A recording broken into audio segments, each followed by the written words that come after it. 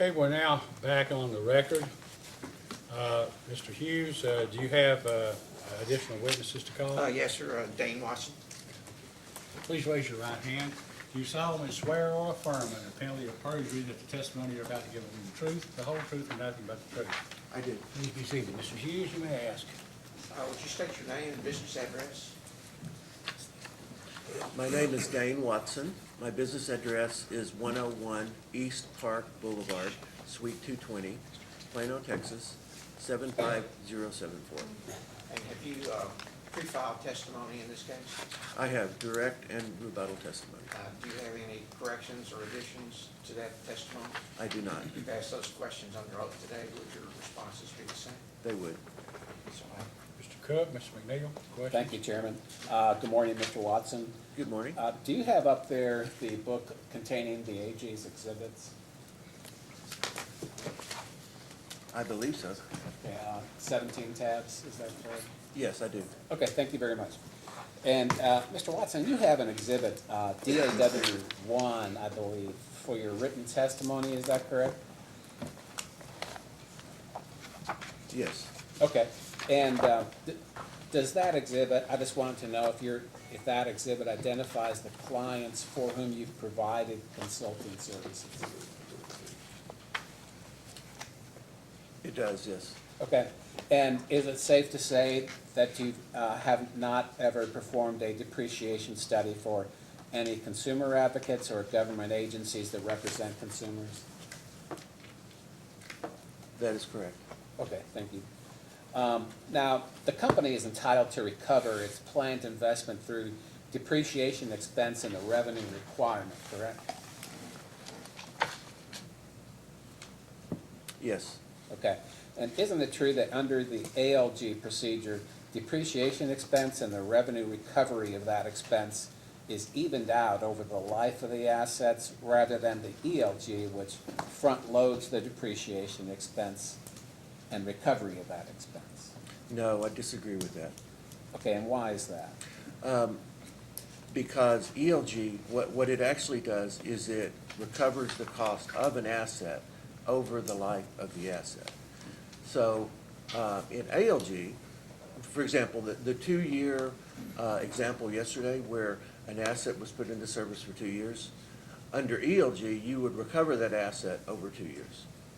Under ALG, the bigger group of assets might have an average life of 10 years.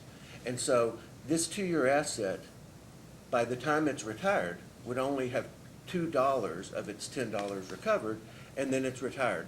So in reality, what's happening is ALG is back-end recovering. After the asset is retired, it's recovering some of the costs of the asset. And so the concept of ELG, there's no question in the authoritative texts, nor any of the authorities, everyone from Robley Winfrey who designed our system to now, that ELG recovers the cost of assets over the life of the assets. It is a better approach to recovering cost for the use of the asset. Okay, and assuming that you're correct, for purposes of argument, that recovery would have to follow the theoretical pattern of depreciation, correct? I don't understand what you mean by theoretical pattern of depreciation. Well, isn't it true then that in practice, practice doesn't always match the theory? I'm sorry, would you explain what theory? Of what you just said regarding your explanation about that your disagreement that ALG does not even out the recovery of expense. Oh, the practice, the reality is that we know that assets will retire prior to the average service life of the group of assets. There's no question that you will have things, the Iowa curve even demonstrates that there are assets that retire prior to the average. We know that to be a fact. And so, no, I don't think there's a disconnect between the theory and reality. It's true, isn't it, that under both the ALG and the ELG methods, the company will recover revenue sufficient to recover all of its plant costs, isn't that correct? It is. The question is, do you want customers that did not get the use of the asset to be paying for the asset or not?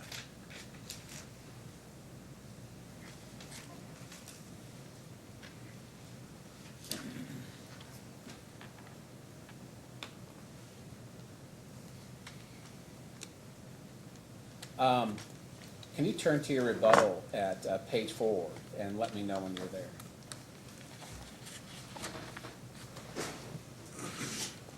I'm there. Okay, and beginning at line 5, can you read into the record, beginning with the sentence that starts, "However, Mr. Collins," and just complete that paragraph? However, Mr. Cullen cannot calculate ALG depreciation rate, which he claims is the most dominant procedure used by other electric and gas utilities. This fact was further exemplified when the Attorney General's office requested the Commission to compel Atmos Energy to perform the ALG calculations on the AG's behalf. The lack of ability to even calculate one of the most basic concepts, or components, of depreciation should be factored into the veracity given to the opinion of and depreciation theory-related expertise of Mr. Cullen. Isn't it true that the calculations that you yourself provided in discovery show significant savings in depreciation expense if the ALG procedure were to be adopted in this case? It is true that it showed the deferral of a significant amount of money into future years for customers to pay that didn't, in some cases, get the use of the assets. And isn't it true that Mr. Collin based his proposed adjustment on your own calculations? That is my understanding. Okay.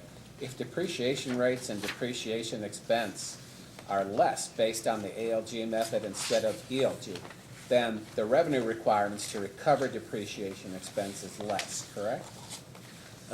Only if you're looking at a very short-term view. What the deferral of this amount would really do is hurt customers all through the rest of the time.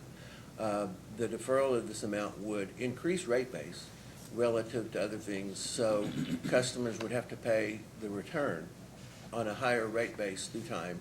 And in addition, they would, customers that did not get the use of the assets would then have to be paying for some of the costs of those assets. And the reduction in depreciation expense does not result and never results in a disallowance or penalty to the company, isn't that correct? That is true. It's just the timing of the recovery of the assets. Right. And in a perfect regulatory world, it simply is a matter of timing, isn't that correct? I don't know that it is a matter of timing, but it's also a matter of intergenerational inequities with customers that have to pay for something they didn't get the use of. Yeah, speaking of intergenerational inequities, your rebuttal at page 14 states that ALG produces such inequities, isn't that correct? It does, as I've explained earlier, it is pushing some of the costs of assets that have already retired out to customers to pay that don't get the use of the asset. So it sort of moves back through time past the average. In other words, it's averaging it so the things that retire early won't fully get paid for. And so it's after the average is when those assets fully get paid for. And customers that are paying for it then may not have gotten the use of the asset up in the early years. And if I understand you correctly, you do not agree that ALG merely smooths cost recovery over an asset's life. Is that correct? It is because of the terminology. It does not smooth any particular asset. It defers cost of the asset. It smooths the group by deferring some of the costs that should be recovered early in the group's life to later in the group's life. Okay. Isn't it also true that intergenerational inequity is actually more likely under ELG as it shifts more recovery up front? No, absolutely the opposite. And that, I mean, all of the authoritative text and figures, people through history would disagree with that statement. Would you agree that you have to make the same set of assumptions or parameters for the ELG subgroups as you do for ALG groups? Yes. Okay. Can you turn to your rebuttal at page 2 and just let me know when you're there?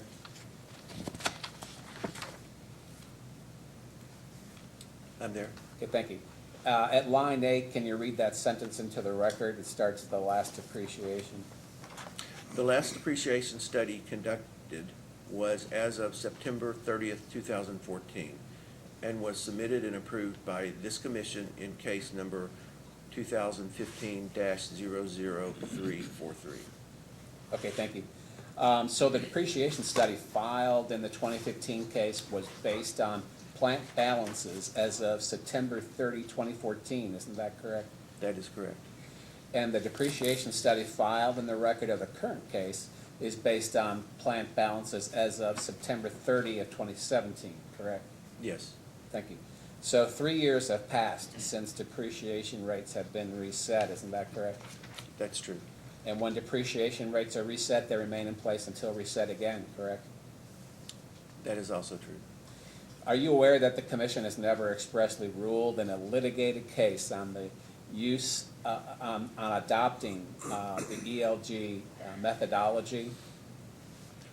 There has been, the 2013 case was a litigated case where the company asked for ELG. Was it explicitly ruled on? No, but was it ruled on in the fact that that was what was used and those were the depreciation rates that the commission approved?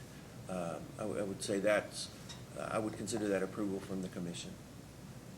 And then your rebuttal testimony also states that the commission has approved the ELG procedure for Atmos, but isn't that true that that was only for approved settlements that included depreciation rates, but the commission has never said anything expressly approving ELG?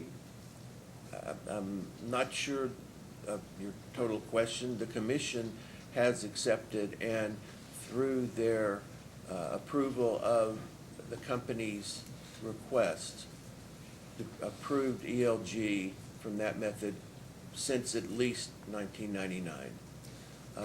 Okay, go ahead. And there has been litigated cases where the commission has approved the depreciation rate using ELG. Like I say, I consider that approval by the commission. Can you turn to your rebuttal at page 2? I'm there. Lines 12 through 16. There you criticize Mr. Collin for stating only that Duke Kentucky's electric operations utilize the ALG procedure, correct? I hope it's not considered a criticism. It's just a fact that there's really no new evidence provided in Mr. Collin's testimony except for that one Duke case. That was a litigated issue in the Duke Kentucky electric rate case, correct? Yes, I believe it was. And that was the first time the commission ever expressly ruled on favor of the ALG method over ELG, correct? I'm not aware of the full history of the commission, so that's the first one I'm aware of. Are you aware that all other utility depreciation rates in Kentucky are calculated using the ALG method? I have not done a full study, but I'm aware at least most of them are. Okay, can you turn to AG tab 8?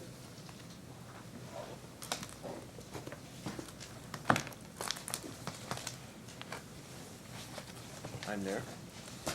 Do you see that this is the testimony of John Spanos, another recognized depreciation expert from the Duke Kentucky gas operations case filed just last year? Yes, Can you turn to page 4? I'm there. At lines 3 through 9 in that testimony, can you read into the record the highlighted selection? Okay. Please explain how you performed your depreciation study. I used the straight line remaining life method of depreciation with the average service life procedure for all plants assets except some general plant accounts. The annual depreciation is based on a method of depreciation accounting that seeks to distribute the unrecovered cost of fixed capital assets over the estimated remaining useful life of each unit or group of assets in a systematic and rational manner. I would note that they were already on ALG when he filed this to continue the use of the same procedure that had been in place before. Isn't the average service life procedure identical with the ALG procedure? It's synonymous, the same wording is. Now, the final order in the Duke Gas rate case was issued on March 27, just a few days ago. That order is also in this tab. Can you turn to page 8 of that order?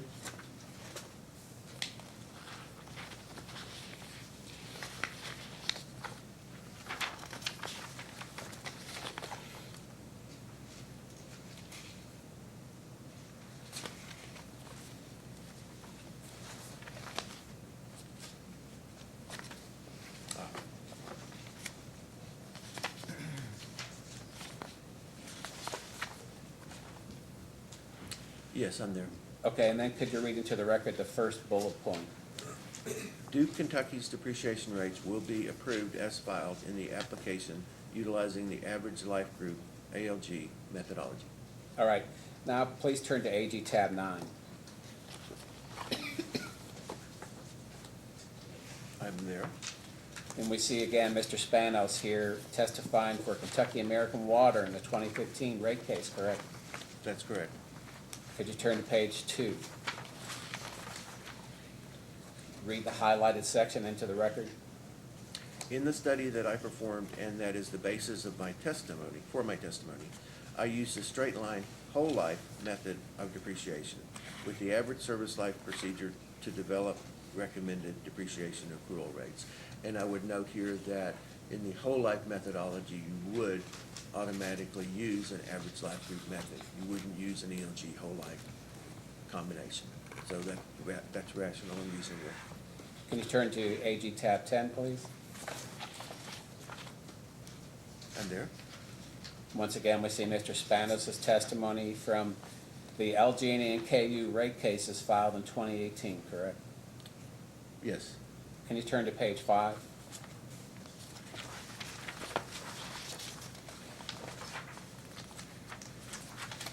I'm there. And read the highlighted selection into the record. Please explain how you performed your depreciation study. I used the straight line remaining life method of depreciation with the average service life procedure. And again, I would note that they were already on the average life procedure when he updated the study and continued the same procedure as he had before. Turn to AG tab 11, please. I'm there. This is Spanos' testimony in the LG&E rate case 2016-371, correct? Correct. Can you turn to page 3 of that document and read into the record from line 20?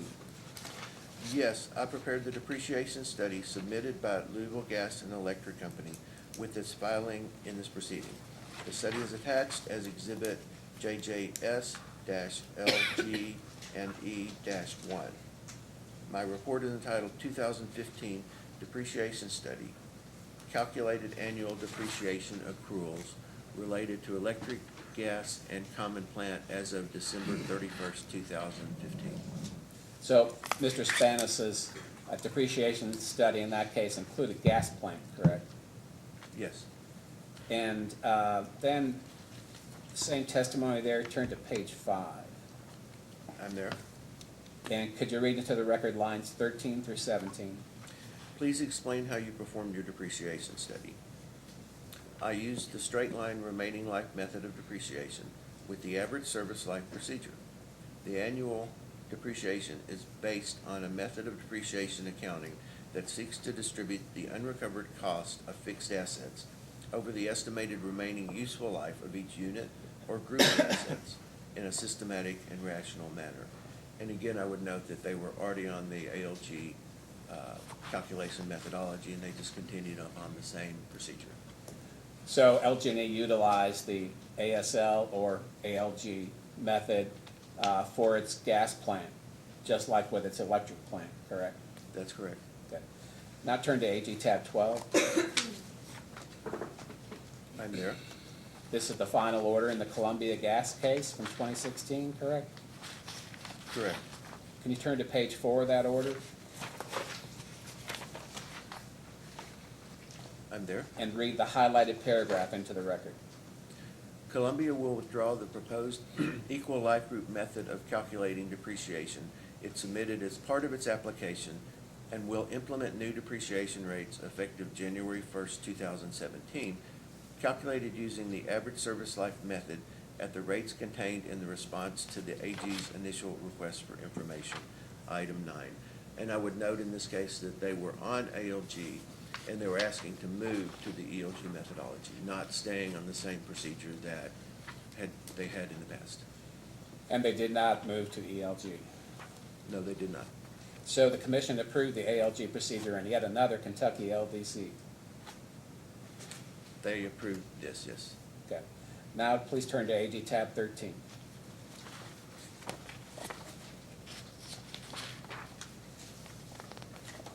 I'm there.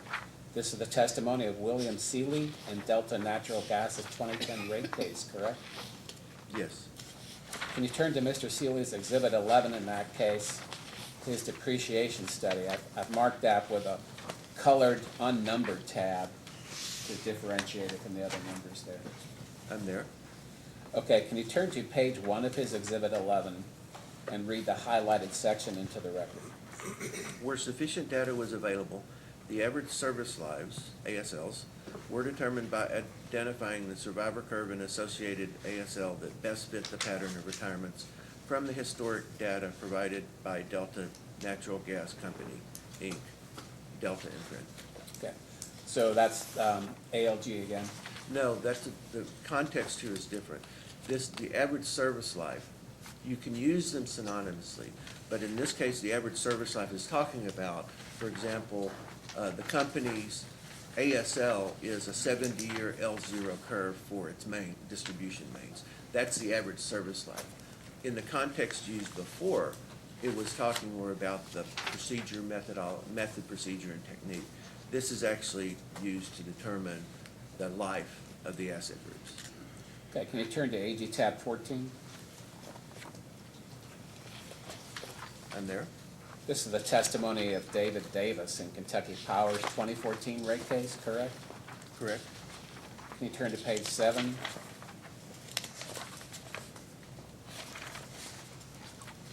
I'm there. Lines 13 through 15, could you read the highlighted selection into the record?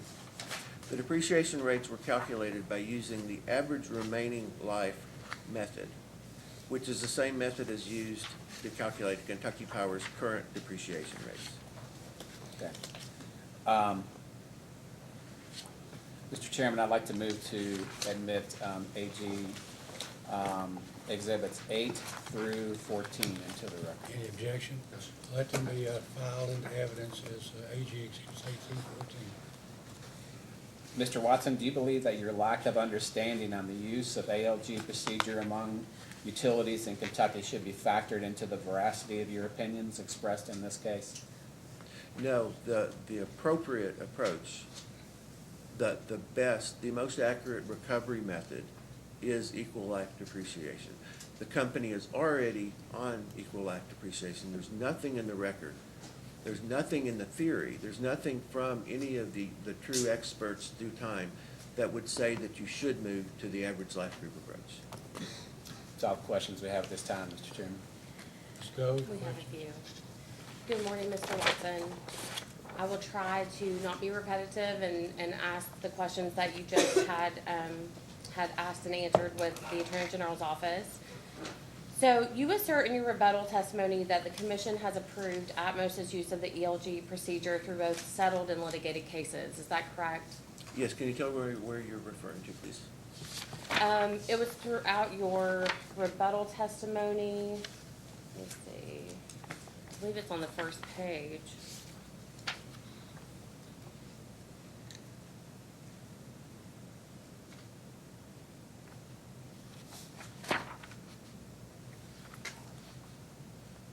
It was a general statement that you made throughout, but I think that it was in the first part of your rebuttal testimony. I don't need you to reference it, I'm just going to ask you a question. Did you know that the depreciation rates approved by the commission in case number 2006-464 were actually a negotiated hybrid of positions taken by both Atmos and the Attorney General's office? I wasn't aware of that nuance of it, no. Can you explain how the ELG procedure achieves the regulatory compact of the proper matching of revenue and expenses?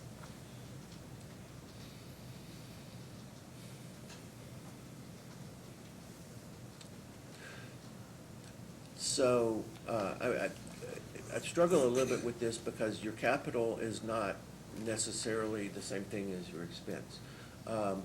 What ELG does is it says, if I invest money in an asset that's going to last 20 years, I'm going to recover from your customers over that 20 years the cost of that asset. At the same time, if another asset will last 70 years, I will cover the cost of that asset over the 70 years. So to that degree, it's matching the revenue from customers with the expenses that should be required from those customers that are getting use of the assets during that period of time. I mean, that's what it does so much better than the average life group approach, in that it doesn't require customers that don't have use of the asset to pay for the asset. So to me, that's, in my understanding, how they match much better than the average life group approach. Would you at least agree that by Atmos using the ELG procedure instead of the ALG procedure to calculate depreciation rates, that Atmos will accelerate the recovery of depreciation expense in the early years and decelerate the recovery in the latter years? No, there's a terminology issue. You know, it nearly gets to a he said, she said. You know, are you accelerating or are you decelerating? What ELG does is recovers it over the appropriate period of time. So in other words, you do have assets that won't last 70 years in your mains account. And so you're recovering those assets over how long they'll actually last. And so it's the right recovery periods for each. ALG, what it does is it says, I'm going to ignore these early retirements and I'm going to recover everything over the average so that you don't recover enough in the early years. So the semantics is important. You know, are you accelerating or decelerating? All the theory and the experts through time would say that ALG is decelerating, not accelerating with ELG. Would you at least agree that in certain instances, using the ELG procedure would accelerate depreciation recovery opposed to the ALG procedure?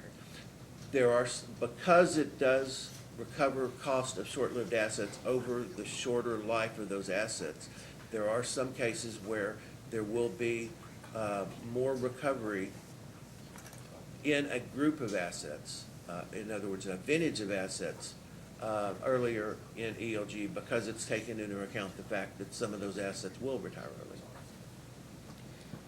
Have you had a chance to review the final order in case number 2017-321, in which the commission denied Duke Energy Kentucky's request to utilize the ELG methodology to calculate depreciation rates? I have not. Subject to check, would you accept as true that the commission stated in the final order of that case that the ELG procedure front-loads depreciation expense in earlier years and decreases it in the latter years of an asset's depreciable life, creating a mismatch of revenues and expenses? Subject to check, yes, that's a common misunderstanding. And ELG is somewhat confusing, so it's a common misunderstanding that it front-end loads depreciation expense, when in reality what it does is recovers it appropriately. So I could believe that. Would you also accept as true that in the final order of case number 2017-321, the commission stated that regulatory accounting requires that proper matching of revenues and expense in order to produce fair, just, and reasonable rates, and the ELG procedure does not meet that criteria?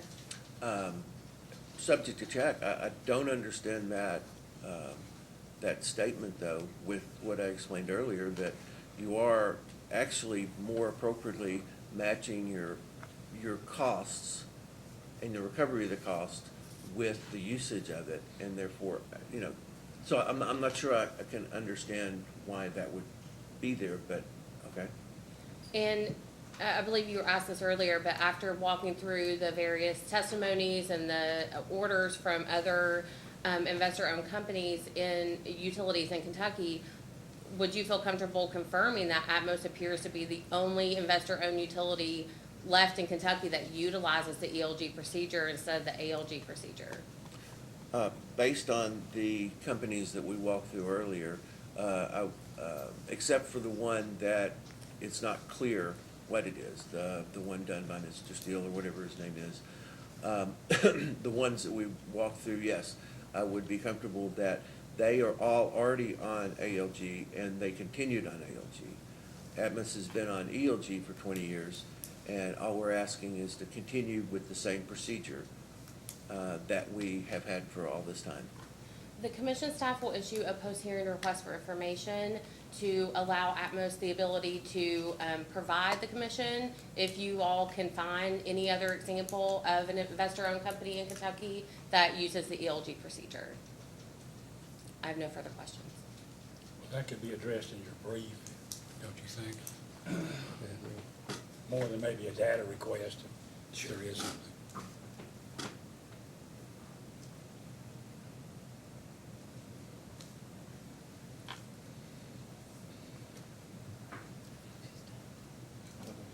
I have no further questions. Oh, you're finished? I have no further questions. Okay, thank you. Commissioner Cicero, questions? Does Atmos utilize the ELG method throughout the corporation? I'm aware of at least 3 other states where they use ELG depreciation. Yes. So you're aware of 3 others. Are you saying, yes, they use it throughout the corporation, or they don't? Well, You're not sure. it's a jurisdictional specific thing. There are 3 other states that allow the use of ELG in the depreciation rate calculations. And the other states don't? They are under ALG, that's correct. And given that Atmos operates as a corporation with units rather than subsidiaries, why is there this change of methodology because of jurisdiction? Why wouldn't it be uniform? Because the commissions, there are some states that, for example, like Texas, the Railroad Commission is very, very much in favor of equal life group depreciation for a number of reasons. For safety and reliability, to give the cash flow to the companies to be able to maintain their systems well, a number of reasons through time. Every single company in Texas, a gas company that I'm aware of, does depreciation rates under equal life group depreciation. There are some other states that only will allow average life group approach. And so, therefore, the ones that you cannot, that the commissions don't allow that approach, the company has to file ALG depreciation rates in those states. So based on your response, you said that Texas allowed ELG because of safety and reliability, which would imply that those states that don't aren't interested in safety or reliability, or that it's an accelerated method and therefore they're able to recoup their investment quicker and invest back into those assets. At least that's what I got out of your response. I meant no disrespect to any commission and their findings. It is a complicated issue. And from Texas standpoint, and again, I sort of challenge the accelerated approach. It is faster compared to average life group for the reasons I've explained. But it allows a recovery of cost over the life of the individual asset, so you can reinvest. When you retire an asset, it's fully depreciated, and you can reinvest using the cash flow for the replacement asset. the states that didn't allow it, I can't speak to each one. I would be very uncomfortable to suggest that they didn't care about safety as well. I appreciate that comment. You continue to go back to this statement that it more accurately matches those assets that are in a class that might not be depreciated quickly enough, and that ratepayers would be paying for assets on an extended basis when they don't have full utilization of those assets. Is that basically what you said? Yes, sir. Usually in a depreciation, you have a major category, transmission lines, and then subcategories. And the subcategories try to take into account like items with a similar useful life. Would you agree? Yes.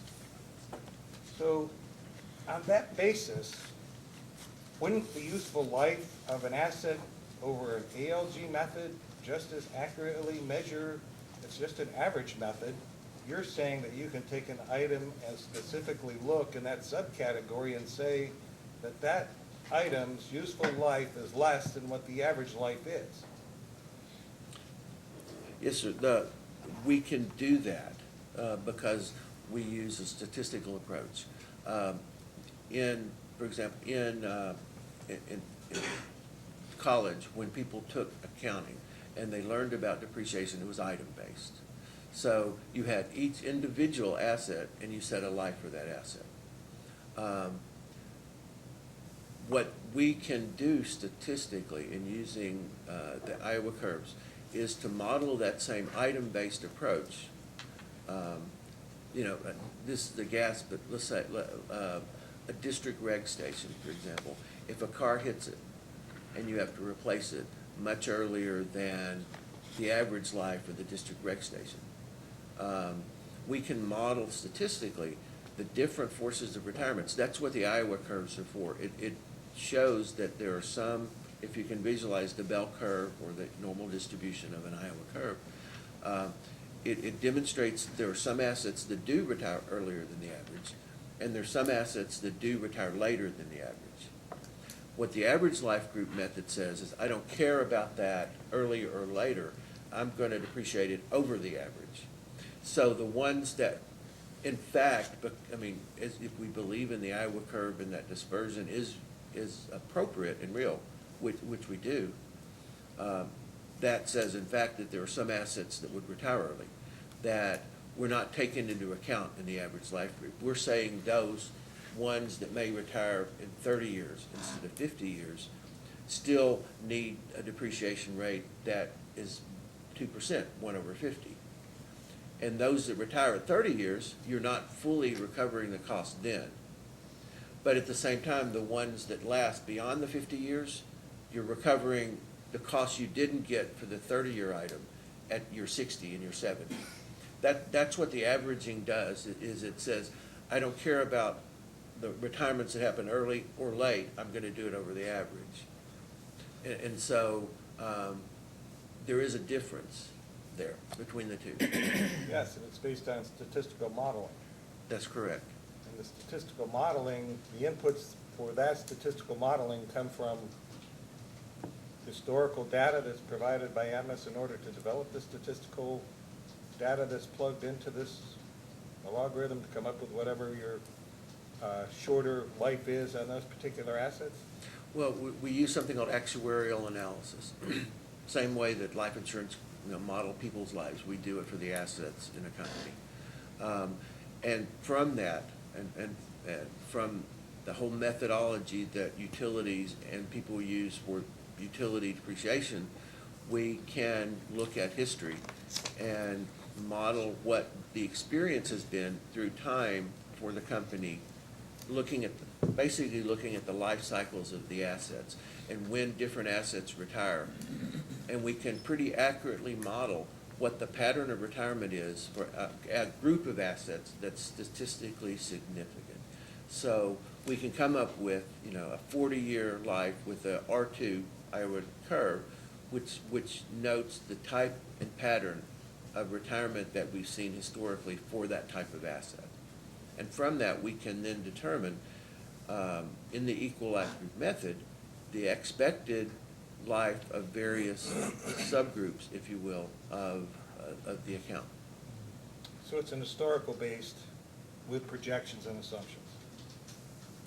That's a reasonable summary, I guess, if you will. Well, I mean, any actuarial calculation is based on assumptions. There's no way it can't be anything but. Right. You're projecting into the future.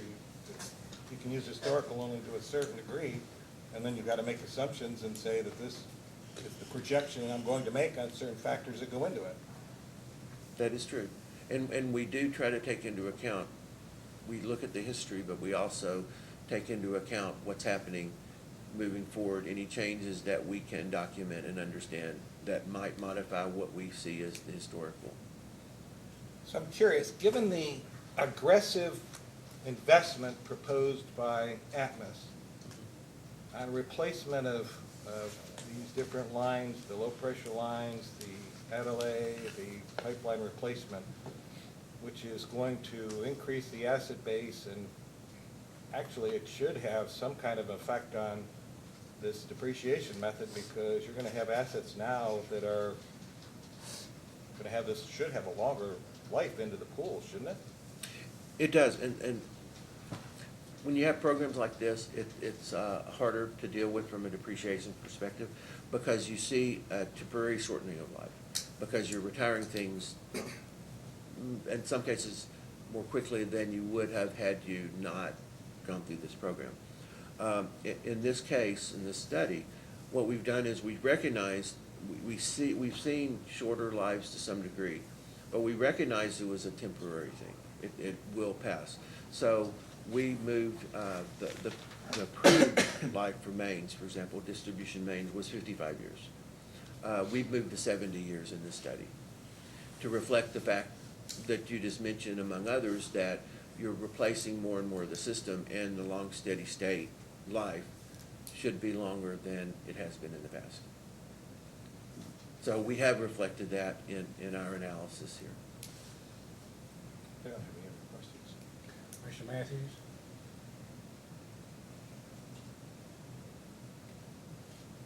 I don't have any.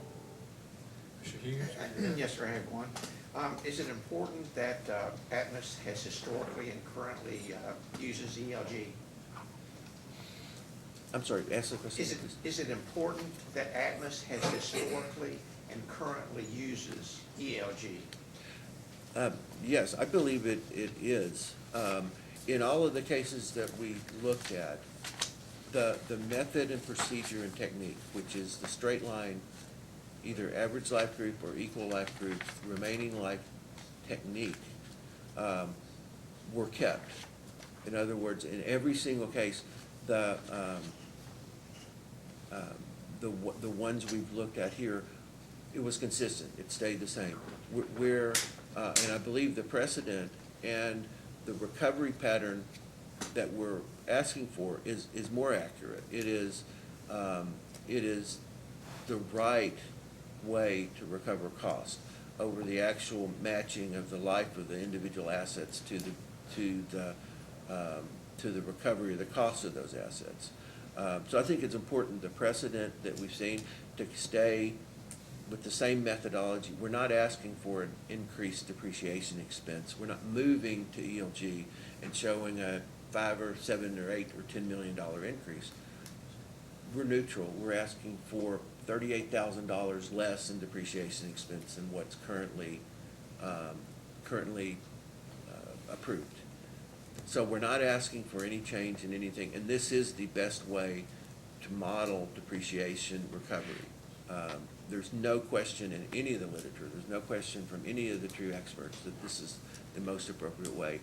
And I just don't see anything that would force or necessitate moving away from this particular model. Would changing methodologies at this point be inappropriate, or would a bad practice for Atmos? I believe so. I think going from a better procedure to a less good averaging procedure would not be beneficial. In addition, the end result of that over the long term would be the customers are gonna basically be hurt. They're gonna pay more because you're going to have a higher rate base through time because you're reducing the amount now that you recover and deferring it to the future. And those future customers will have to pay more, relatively speaking, because it wasn't paid over the actual life of the individual assets. That's all we have. Nothing further. Ms. Code, No further questions. may this witness be excused? Yes. Thank you. You may step down and you may be excused. Thank you. Thank you. Chairman, I wonder if we could take a short break before the next witness? Well, let's go ahead. Let's take a 10-minute break and we'll come back at about 10 o'clock. Thank you. We're now back on the record. Mr. Hughes, do you have another witness? The last one, Joe Christian. Thank you. Mr. Christian, please raise your right hand. Do you solemnly swear or affirm under penalty of perjury that the testimony you're about to give will be the truth, the whole truth, and nothing but the truth? Yes. Please be seated. Mr. Hughes, you may ask. Would you state your name and business address? Joe Christian, 5420 LBJ Freeway, Dallas, Texas, 75240. And what is your position with Atmos? I'm Director of Rates and Regulatory Affairs. Have you pre-filed testimony in this case? Yes, I filed direct and rebuttal testimony. Do you have any changes, corrections? I do have one small change that I noted in the staff discovery request on page 7, line 4. The 38.39 should be 38.31, and on line 5, the 58.17 should be 58.24. With those corrections, if you were asked those questions today under oath, would your answers be the same? Yes. That's all I have. Good morning, Mr. Christian. Good morning. Had a few questions for you today. First, do you agree with Mr. Collins' testimony that lead lag studies measure investment in terms of cash provided by either investors or customers?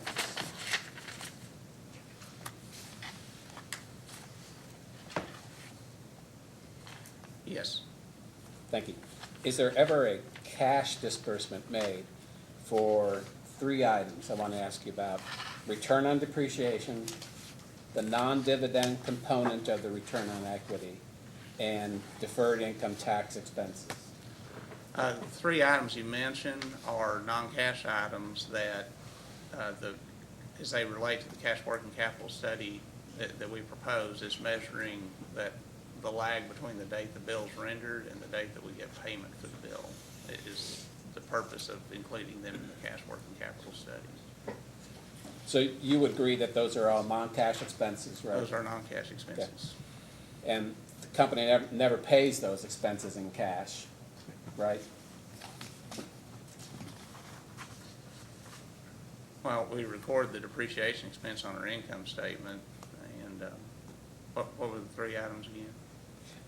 It is return on depreciation, the non-dividend component of the return on equity, and deferred income tax expenses. Okay, yeah, and income taxes are eventually paid as a cash item. All right. Your rebuttal testimony never acknowledges that these 3 items are non-cash in nature, though, does it? Well, my testimony does acknowledge why it's important to include them in the lead lag analysis. Okay. Isn't it true that Atmos has assumed 0 expense lag days for those 3 items? Correct. Okay. I'd like to try to get a clear explanation into the record of the concept of expense lag days. Would you agree that expense lag days are the number of days between when the service was provided or the expense was incurred and when the expense is paid in cash? Could you repeat that question, please? Yeah. Would you agree that expense lag days are the number of days between when the service was provided or the expense was incurred and when the expense is paid in cash? I think you're mixing the revenue lag and the expense lag in that definition. Okay. How so? Because the expense lag would be the difference in timing between when we incur the expense and when we pay for the expense. And the service lag is the difference in timing between when the service is received by the customer and we receive payment from the customer. Okay, so let's try to get this with an example. If you hired a contractor for one day and paid the contractor in cash 15 days later, you would have an expense lag of 15 days, correct? Yes. Okay. In fact, the CWC lead lag approach measures the number of days between when the utility obtains service from employees or contractors or purchases supplies and then pays for the services or supplies in cash, correct?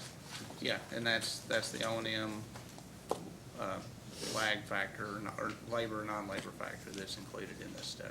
Okay.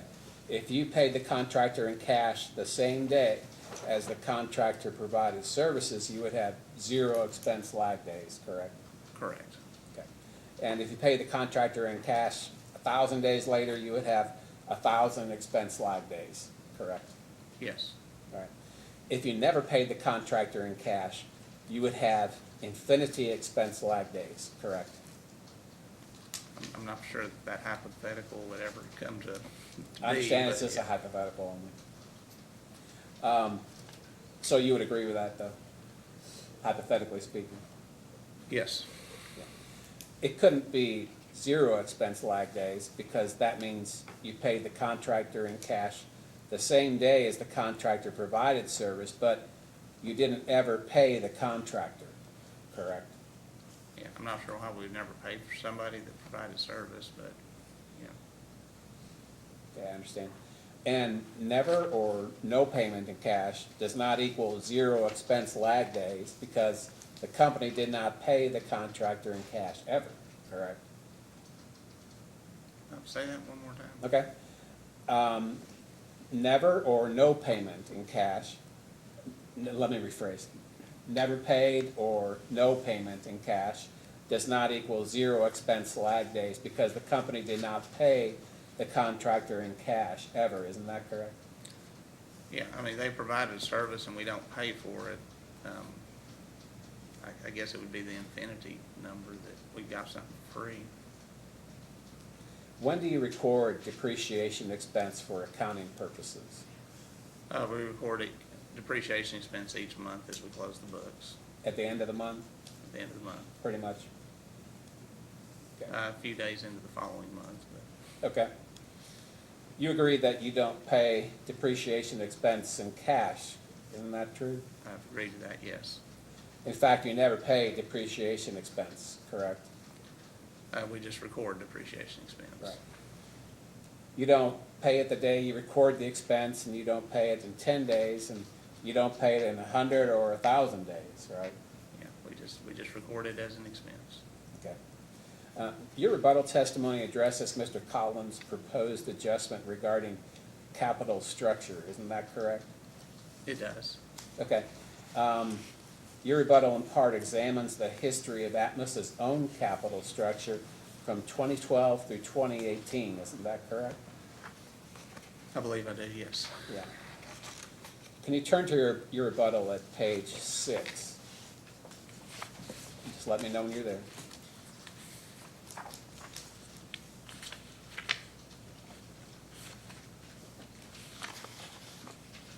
I'm there. Okay, can you read lines 3 through 7 into the record, including the question and answer?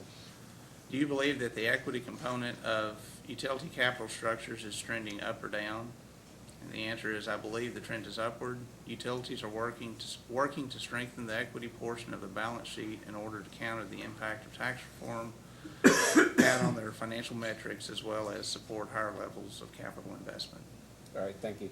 In establishing Atmos's capital structure, you stated that you also reviewed the value line investment survey as it pertained to Dr. Vander Whitey's proxy group, isn't that correct? That is correct. So you have some familiarity with the companies in the proxy group, correct? I do have some familiarity, yes. And have you reviewed the company's response to the staff's second data request item 43? I Wait. have. Okay. Among other things, that question requested the common equity ratios for Dr. Vanderwady's proxy group companies, isn't that correct? Yes, I'd agree that what we provided, or Dr. Vanderwater provided in that response, is a good way to look at and compare where Atmos Energy is and what we're requesting in this case relative to what the proxy group is overall. And were you aware that the information was obtained from Value Line but did not include short-term debt? I'm aware that when Value Line, they explain their methodologies, they include equity and the non-current portion of long-term debt in their calculations. Are you aware that the company's filing includes short-term debt? I'm aware of that, yes. Okay. And if you were to compare the common equity ratio for the proxy group, you should include short-term debt to ensure that it really is comparable and consistent with the company's proposed capital structure. Isn't that correct? I would agree that as we compare to the proxy group and evaluate where we are relative to them, it's good to know what the comparison basis is. I don't think it invalidates using Value Line information as a comparison, because you can kind of take that into account, that they don't include short-term debt, they don't include the current portion of long-term debt. Okay. Do you recall sponsoring the response to AG 1-19, which among other items requested the capital structures for Dr. Vanderwady's proxy group companies? Yes, I do. Okay. And in the response, you stated that Atmos did not have that information and that we should check each company's Form 10-K for that information. I do recall putting that information, or that request, yes. Well, we took you up on that. Okay. We did as you suggested and obtained that information from each of the proxy companies' Form 10-K filings. And their equity ratios are shown in AG tab 7. Could you turn there?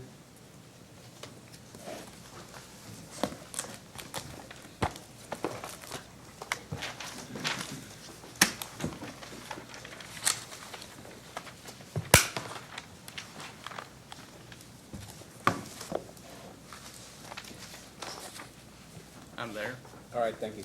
The average for Dr. Vanderwady's proxy group is 50.2%, including short-term debt, correct?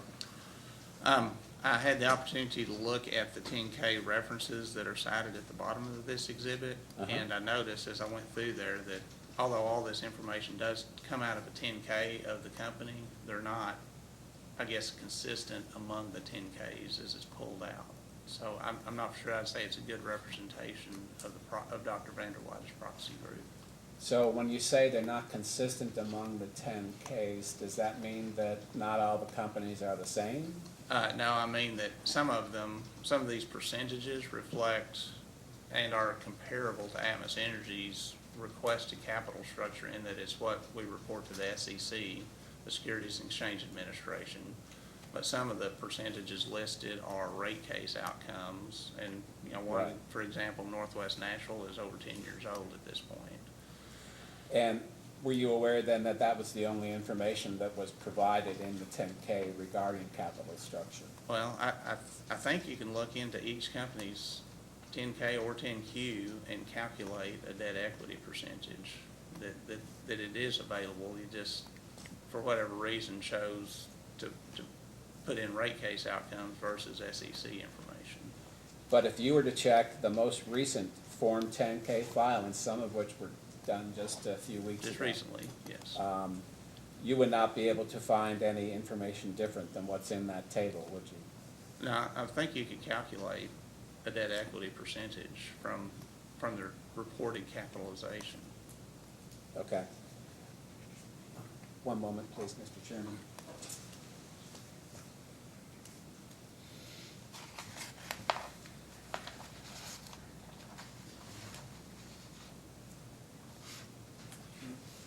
In a post-hearing data request, we'd like you to provide those calculations then. Okay. Now, based on that table that we provided of the most recent Form 10Ks, the midpoint, meaning half are above and half are below, is 50%, correct? 50% is listed on the exhibit, yes. So the lowest in the group is 44.5%, and the highest in the group is 60.1. Isn't that correct? That's correct. And except for that outlier at 60.1%, the rest of the proxy group is at 52.2% or lower. Isn't that correct? I guess I disagree with your characterization as one gas being an outlier at 60.1. And I think as you go and look at the proxy, as you look at the 10Q information and calculate these percentages that you just requested, that you'll see that sure enough, Atmos Energy is in the upper end of the range of the proxy group. I understand. But I think every company has unique reasons for being where they are. And, you know, the choices that they made to support their financing needs of their infrastructure investment compared to, you know, why we are in the upper end of the range of the proxy group is we need it to, as I say in my rebuttal testimony, to support our financial metrics because we know we're going to be accessing the debt and equity markets quite a bit over the next 5 years. So regardless of whether it's an outlier or not, the highest one is 60.1%, correct? Yeah, and I think as we pull, I guess Chesapeake's number is a unique number that for rate making, it's often set in the high 60s. And for SEC purposes, it's closer to the 45% number here. And likewise, NiSource, when you get their SEC number, it's 40% equity, but for rate making purposes in Illinois, I think it's Illinois or in Indiana, I think they were set at 56%, which is somewhat comparable to us. So getting back to Atmos, your company's target equity ratio is 50 to 60%, correct? That's what we published in our 10K. And as I said in my rebuttal, right now we're managing in the upper end of that range to support our credit metrics. And you requested a 58.24% equity ratio in your initial filing, Yes. correct? Okay. And that request is at the upper end of the company's range? Yes. correct? And that request is far in excess of the average and the midpoint of the proxy group, correct? That percentage is what we need to support our credit metrics and reflects our actual capital structure. All right. The company provided no quantitative evidence that it requires an equity ratio at the upper end of its own range. Isn't that correct? I guess I know from reading our credit rating agency reports, they report that Atmos recovers its actual capital structure in most of its rate filings. And so I think we provided in discovery to staff our ratings agency reports, and you can see that it talks about the importance of constructive regulation and that Atmos's rates reflect its actual debt equity capital structure. It's not quite direct in that phraseology, but as you read S&P and you read Moody's, they talk about the importance of capital structure in supporting the capital plan that we have, and that regulators support that. Okay. Can you turn, while you raise the issue of credit reports, can you turn to page 12 of your rebuttal testimony?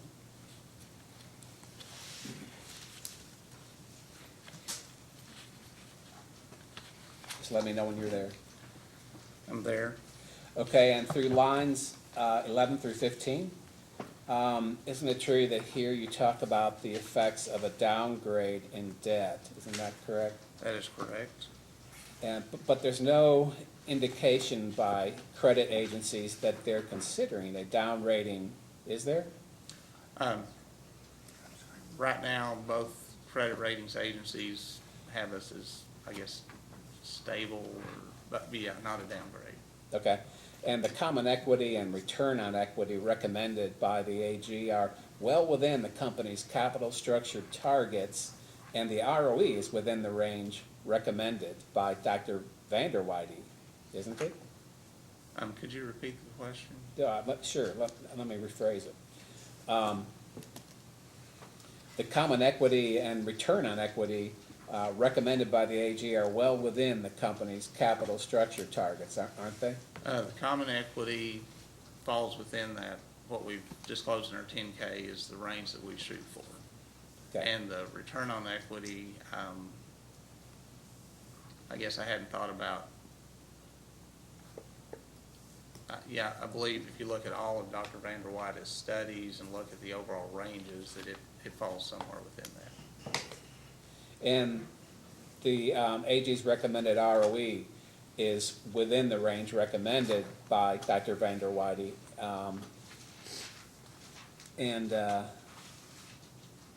and as well as the RRA average, isn't that correct?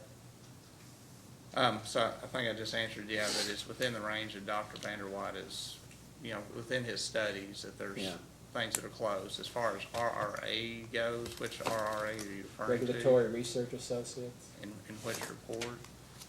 They come out with a report of ROEs awarded by commissions around the country. Okay, and so with that understanding, what again was that last part of your question? So the AG's recommended ROE is within the range that is provided via the RRA, isn't that correct? Okay, so I guess I've looked at the latest RRA report that had 2018 results, and I believe that there are outcomes that are higher and there are outcomes that are lower, so it would be within the range. Okay. And so you're not suggesting that a common equity of 54.3% and a 9.7% ROE would result in a down rating, are you? I am suggesting that, I'll let Dr. Vanderwhite speak to the ROE component, because he's our expert on that topic. But as far as the common equity goes, I'm suggesting that what we're requesting reflects what our actual capital structure is, and that when we set rates, Kentucky, I think RRA's rating of the commission here in Kentucky is, kind of middle of the road, and that, the expectation is that the commission allows companies to recover their actual cost. And therefore, it should be approved for that reason. And the point of this Q&A here is that if commissions overall don't support our actual cost, it will result in a downgrade. Will one commission order do that? No, but Okay. I think the implications are that if we don't get the commission support of actual recovery of costs, it will result in a downgrade, which will result in higher debt cost in the future. So hypothetically speaking, if Atmos were downrated, it would not affect the company's existing debt, though. It would not, no. But at the levels that we're spending at, we know we're going to be accessing the capital markets a lot over the next 5 years, and that debt, I cited somewhere in my testimony, but it's billions of dollars of external financing we'll be getting, and it will affect the cost of that. So any potential hypothetical down rate would only affect new debt issues. Yes. Okay, thank you for that clarification. So then your hypothetical on page 12 here, it's not quite correct then, is it? No, I think it's accurate that we're going to be borrowing in the foreseeable future billions of dollars, and it will be at a higher rate if we were to receive a downgrade. But it's for new debt. For new debt. Yeah. So isn't it also true that in the last case, Atmos had a common equity ratio of 52.6%, which this commission authorized with a 9.7% ROE, and there was no down rating at all? Yeah, and our actual capital structure in June of 2017 was the number that you just cited. And since June 17, we've had 2 equity issuances which have increased our capital structure. And those equity issuances have taken us up in the range that we target, that we've communicated in our SEC filings. And it's all trails back to our capital investment today compared to 2 years ago, compared to 5 years ago, is even higher. So as we've increased our capital spending and has put pressure on our credit metrics, we've needed to increase the equity side of our balance sheet. Okay. Just to point out, again, so the record's clear, that there on page 12 of your rebuttal, on line 11, you lump all the debt together, $3.6 billion, correct? That's correct. Yeah, okay. The greater the equity ratio, the greater the revenue requirement, assuming no difference in rate base or operating expenses. Would you agree? All else being equal, that is the mathematical result. So in other words, the greater the equity ratio, the greater the return on rate base, and the greater the income tax expense.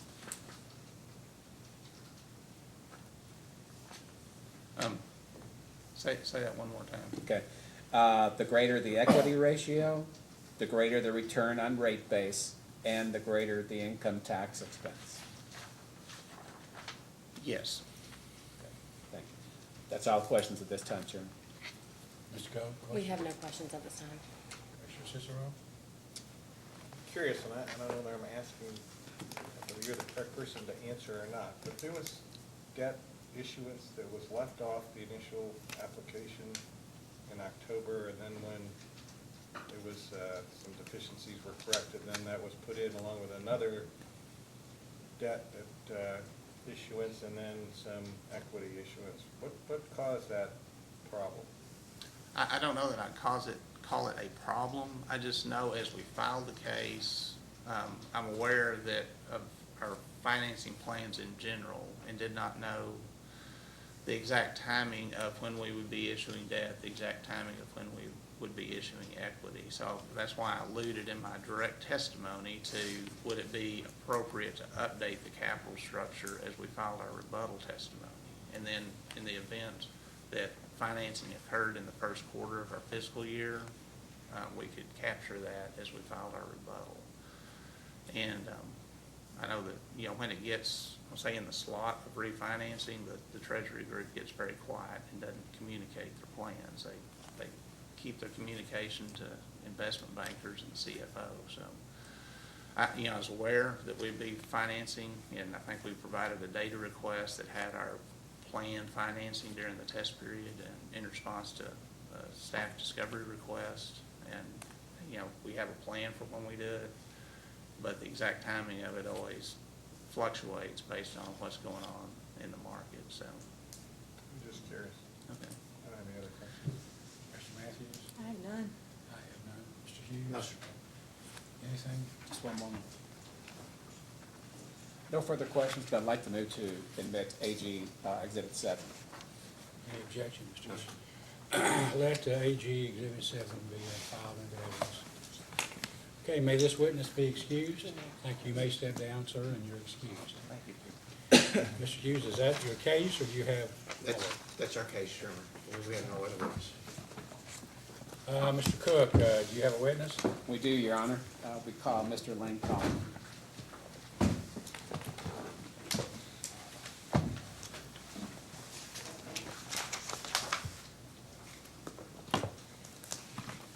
Mr. Collin, please raise your right hand. Do you solemnly swear or affirm under penalty of perjury that the testimony you're about to give will be the truth, the whole truth, and nothing but the truth? I do. Be seated.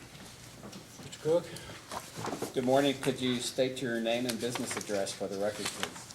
Yes, my name is Lane Collin.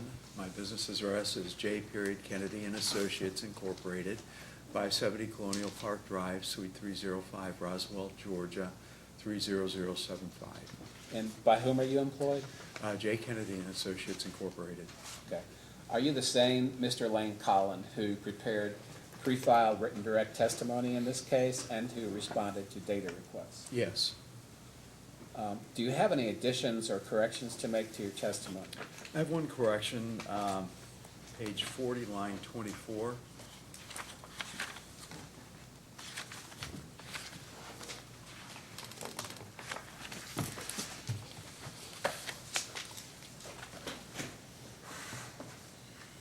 I'm sorry, line 16. I'm not sure I came up with line 24, but line 16. The 53% should be 50.2%. 50.2. Yes. And the reason for that is that I discovered after I filed my testimony that the source for the 53% was a response by Dr. Vander Whitey with respect to the common equity ratio. And he used value line percentages and derived a 53% average for the proxy group.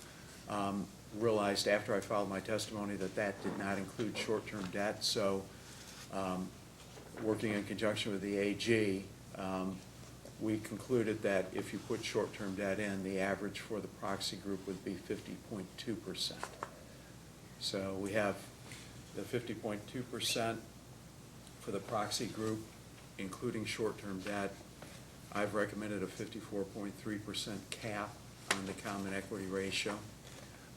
The range, 50 to 60%, and the last approved common equity ratio for Atmos was 52.6. Okay, thank you. Do you have any other additions or corrections to make to your testimony? No. Other than that one correction, if you were asked the same questions today, would your answers remain the same? They would. Thank you. Witness is available for cross. Mr. Hughes? I have no questions. Mr. Bellamy, do you have cross? We had a couple questions, yes. How you doing? Hi, good morning. If you wouldn't mind just turning to page 36 of your testimony. Yes.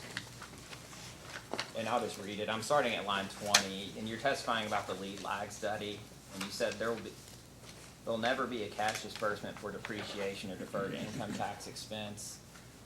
The net accumulated depreciation and accumulated deferred income taxes are subtracted from rate base, but only on a lag basis. This allows the company to retain the carrying charge value of these non-cash expenses between rate cases. There's been some testimony in this case and, or at the hearing and then earlier in the case that Atmos intended on filing annual rate cases. Would the fact that they file, or that they intend to file rate cases annually affect your position with respect to the lag between depreciation expense and accumulated deferred income taxes? I don't think so. I think that when the utility records depreciation expense, it's at the end of the month for the entire month. And so the rate base doesn't reflect that reduction during the test year using a 13-month average for the forecast test year, because you're essentially starting with the end of the month. Let's say that we were using a calendar year.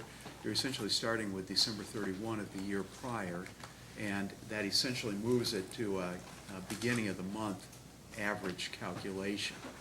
So the utility effectively retains the value of that depreciation expense for the entire month.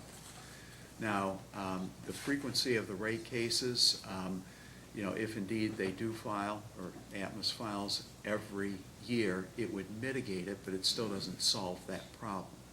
The bigger problem is that there's never going to be a cash outlay for depreciation, deferred tax expense, or the non-dividend component of the return on equity.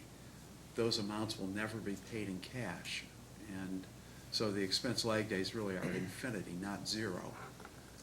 To the extent deferred tax is reversing, would that not be an actual tax expense that has to be paid? It would be, but that would be reflected in current income tax, and that's explicitly a separate component of the cash working capital. Could you look at your work paper, the spreadsheet that you filed with your testimony, if you have that available? I don't, I'm sorry. Okay, I'll just kind of direct you and tell you Okay. what I'm looking at. So I'm looking at tab as adjusted ATO CWC 1A. Okay. And you had return on equity dividend. And the value there next to it is $7,500,000 or $7,514,884.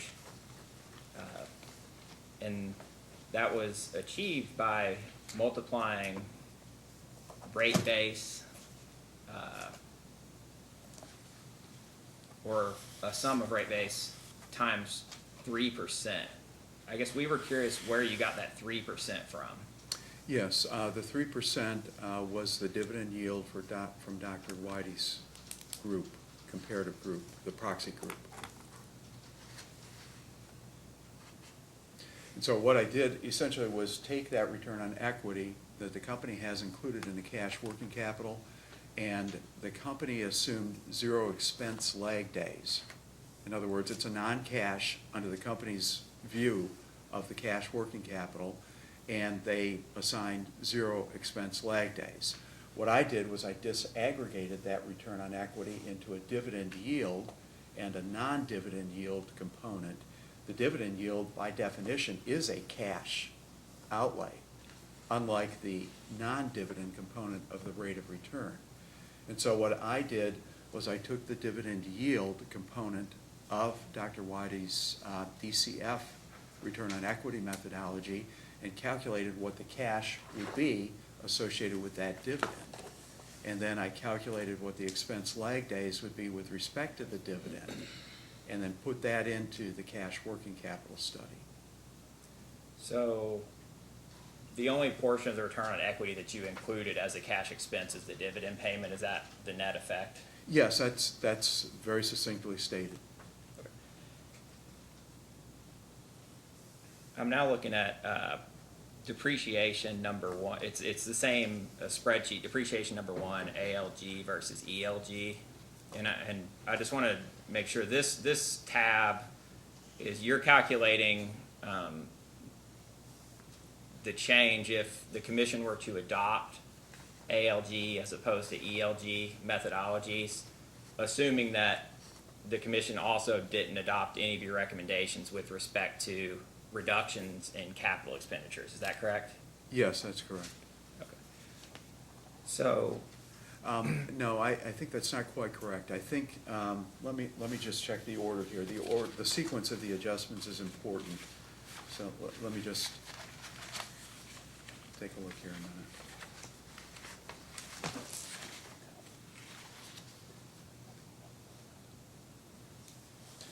That's correct. That's correct. Because then the subsequent adjustment was to reduce the capital expenditures, and then that was, I just needed to make sure that the sequence was correct so that there was no overlap in the calculations. That's correct.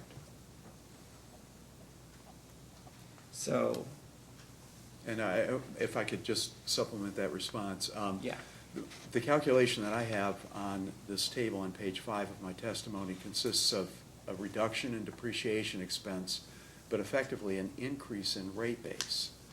And I think I came up with approximately $7.1 million net reduction in the revenue requirement, which was very close, within just $30,000 or $50,000 to the company's calculation in response to the staff's data request.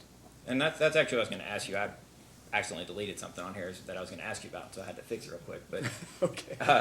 I just wanted to make sure when you're the effect of changing the depreciation rate, it would obviously decrease the depreciation expense during the forecasted test period, correct? Yes, that's correct. Okay. Then because you decrease the depreciation expense, it would increase the net plant and service because there wouldn't be a deduction of that depreciation expense. Is that correct? Yes, I would say it a little bit differently. I would say that the accumulated depreciation would be less, which effectively, as you said in your question, the net plant would be higher, and therefore the rate base would be somewhat higher. Then that would be offset with additional accumulated deferred income taxes. So yeah, you'll see that all of these components are in the calculation. And I was getting to that, and so the depreciation expense was approximately $7.4 million, and you took a 13-month average of that, reflecting the fact that the increase or that decrease in the original rates would have been reflected over the 13-month period, so the reduction would be reflected over the 13-month period. Yes, Is that correct? that's correct, yes, which is the correct way to do it.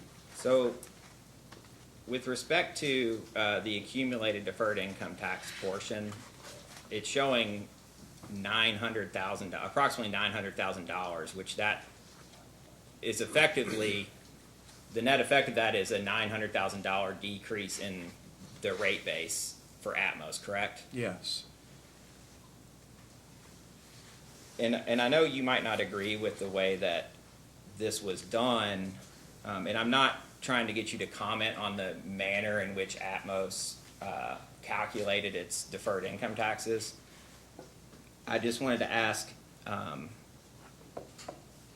in Atmos's 2018 KY revenue requirement model, they showed a change between the base period and the forecasted test period in accumulated deferred income taxes of $12 million approximately, and they showed taxes of about $10 million and indicated that any accumulation of deferred income taxes above their tax expense during the forecasted test period, it would increase the deferred income taxes, but would result in a dollar for dollar increase in the net operating loss carry forward for that period. Yes, I recall that. Okay, so if Atmos was in a net operating loss position with respect to the total deferred taxes during the forecasted test period, would the increase in ADIT that you reflect be appropriate? Fair Or would it point. be completely offset by a corresponding net operating loss carry forward? That's a fair point. If I were to have followed Atmos's methodology, it would have been offset by an increase in the NOL ADIT. Okay. Do you know if that accounts for the $50,000 difference in the revenue requirement between Atmos and your calculation? Or? It may. That may be the difference. With respect to the reasons or your basis for moving from ALG to ELG, or I'm sorry, ELG to ALG, I apologize, so I was looking at your testimony at page 13. You wanted to go there.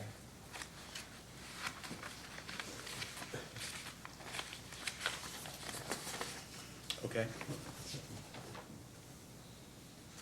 And there, on line 25, you said the ALG procedure is accurate, or the ALG procedure is as accurate as the ELG procedure, but smooths the data so that the depreciation rates in the group tend to remain constant, all else equal, over the service life of the group. In contrast, the ELG procedure results in greater depreciation rates initially, but then lower depreciation rates as each equal life subgroup is assumed fully retired.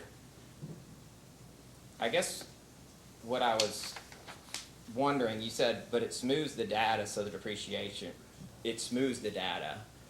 Is the data that's used to determine the equal life group depreciation rates, or the equal, if you use the equal life group methodology, is the data that you use the same data that you use to determine the average life group, determine depreciation rates if you use the average life group methodology?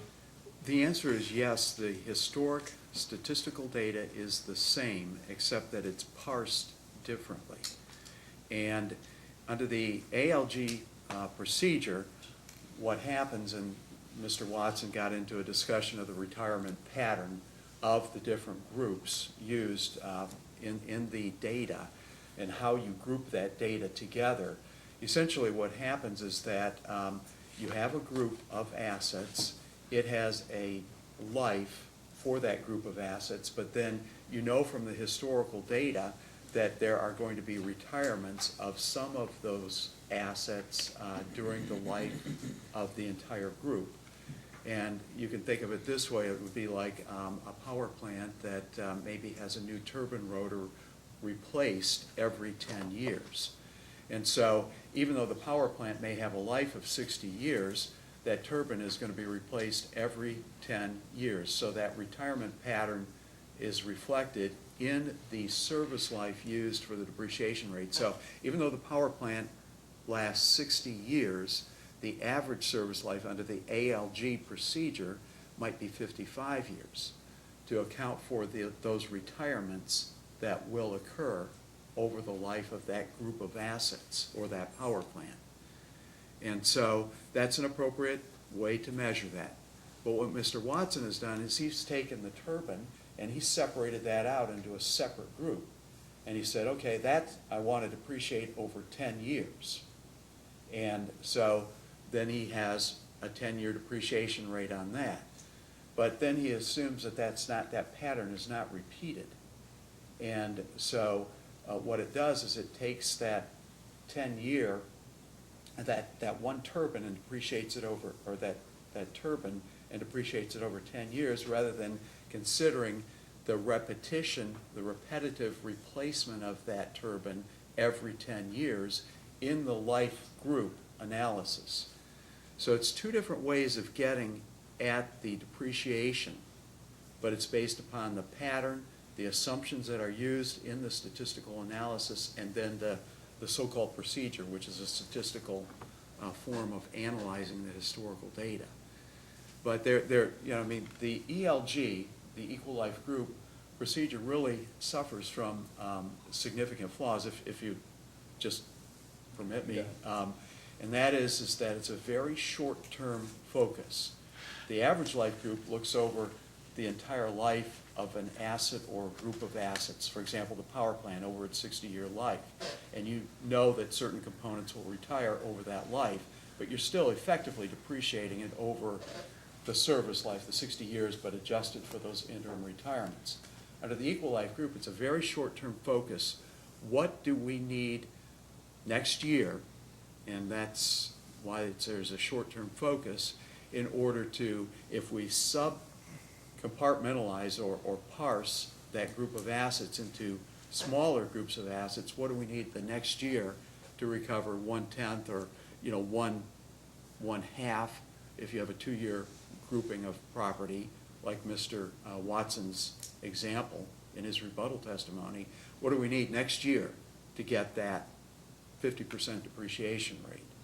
So that's just a fundamental problem, because the Equal Life Group assumes that pattern is not going to be repeated. The Average Life Group assumes that the pattern will be repeated. And so that's one of the reasons why you get the Equal Life Group front-loading under that statistical procedure. The second problem with the Equal Life Group is that if you do a depreciation study every 3 years or every 5 years, that depreciation rate, to the extent that you have that 2-year property, like Mr. Watson had in his rebuttal testimony, your depreciation rate is going to be 50% on that 2-year property. And you're just going to keep depreciating that and depreciating it and depreciating it.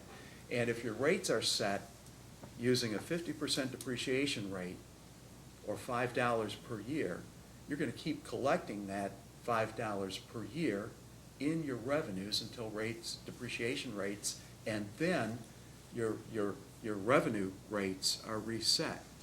So you tend to over-recover at a higher rate under the ELG procedure than you do under the ALG procedure.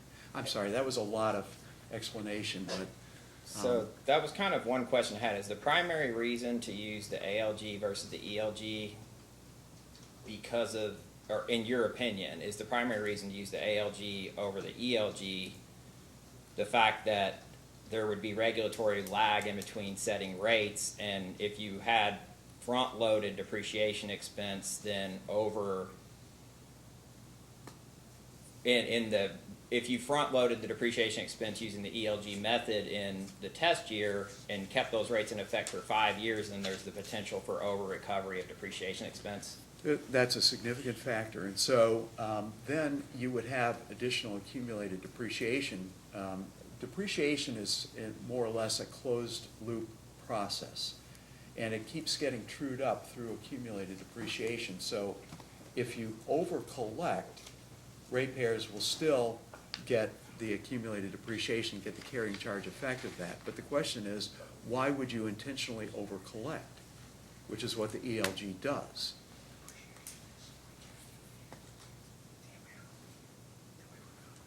It over-collects Because of regulatory lag because it's front-loaded. And, to reiterate the point that I made before, under the ALG procedure, it's not as if the shorter lives of the components of the group of assets are not reflected in the ALG rate. They are, through that interim retirement curve. And as Mr. Watson said, some are gonna retire before the end of the life of the asset, some are gonna retire, before the midpoint, some after the midpoint. But that's all captured through the retirement dispersion, and it's all captured in the average life group methodology. In your opinion, would there be over recovery using the ELG method if there was no regulatory lag? Yes, there still would be How's because, that? because you don't do depreciation study in real time. So in other words, as those 2-year assets, let's say that we're looking at a component and maybe it's a particular valve or something like that that has a 2-year life for whatever reason. And, but you only do your depreciation study every 5 years. Well, that depreciation rate of 50% on that 2-year life asset is going to remain there at 50%. And it's going to continue to apply to that plant account because it's averaged together under the equal life group. And it's going to continue until not only do you do a new depreciation study, but you do a new rate case to reset rates based upon the new depreciation study. So this regulatory lag is really twofold. One is the timing of the rate cases in conjunction with the depreciation study, and the second one is the timing of the depreciation study itself.